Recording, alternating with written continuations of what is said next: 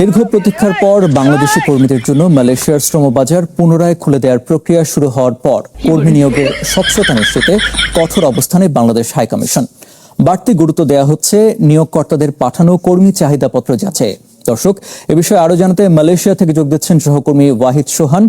সোহান, এবার কর্মী নিয়োগ প্রক্রিয়া কিভাবে সম্পন্ন হবে এবং নিয়োগ প্রক্রিয়ার স্বচ্ছতা নিশ্চিতে কি কি পদক্ষেপ নেওয়া হচ্ছে?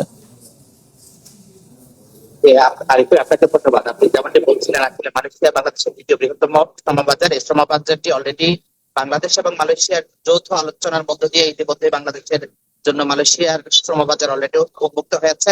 এই উন্মুক্ত হওয়ার পরবর্তীতে এখন অফিসিয়াল যে পদক্ষেপগুলো রয়েছে, সেই পদক্ষেপগুলোর মাধ্যমে যে বিষয়টি সব থেকে বেশি জরুরি এখানে বাংলাদেশি কর্মীদের জন্য, সেটি হলো যে নিয়োগকর্তারা যখন কোনো ডিমান্ড দিচ্ছেন বা সেই ডিমান্ডটি যাতে স্বচ্ছ কিনা এবং সেই কোম্পানিতে কাজ আছে কিনা বা কর্মীরা এখানে আসার পরে তারা প্রতারণার শিকার হবে কিনা, এই বিষয়গুলোকে আসলে সঠিকভাবে যাচাই করার দায়িত্ব থাকে বাংলাদেশ হাইকমিশন সূত্র থেকে আমাদেরকে যে বিষয়টি জানিয়েছেন, সেটি হলো যে আসলে ইতিমধ্যে বাংলাদেশ হাইকমিশনের পূর্ববর্তী কলিং এর সময় কয়েকজন কর্মকর্তার যেই দুর্নীতির কারণে বাংলাদেশি কর্মীরা এখানে এসে তথ্য কখন খুলে গেল সিমপ্লেক্স এজেন্সির মালিক হানিফ প্রতারক।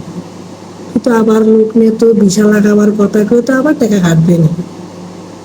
তুই যেভাবে টাকা কাটতেছিস মানুষের কাছ থেকে, হানিফ তোর তো কখন খুলে গেল রে হানিফ। ওরে সিমপ্লেক্স এজেন্সির মালিক হারামজাদা, এখন তো লোক নিতে পারবি না। এখন বাংলাদেশ সরকার যে নিয়মিত করুক না কেন, সবই তো তোর হাতে রে হানিফ, সবই তো করি। লোক নিবি তোরা কোম্পানি কথা কইয়া, সেগুলোর কাছে টেয়ার করে খাইয়া ভবিষ্যৎ দিবি তোরা নষ্ট কইরা। ও হানি, তুই দেখছিস মালয়েশিয়া খুলে দিয়েছে, তোর তো কপাল খুলে দিয়েছে।